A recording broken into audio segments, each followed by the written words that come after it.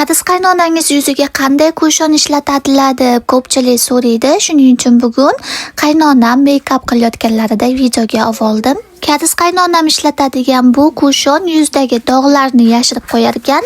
Chic Blanco degan Koreyada ishlab chiqarilgan brend.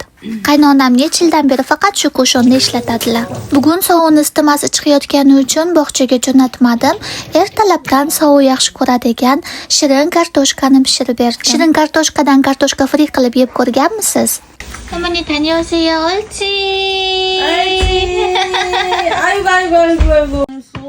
안녕하세요. 빠빠이.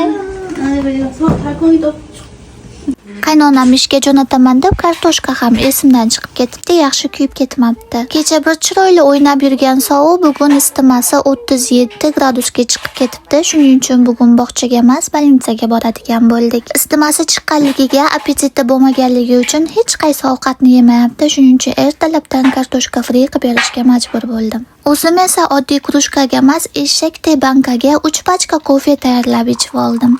Ertalabdan muzdek kofega baribir hech narsa yetmasa kerak. Bilaman, siz hali kofe ichmagansiz, shuning uchun qolganini sizga beraman. Yoqimli ishtaha.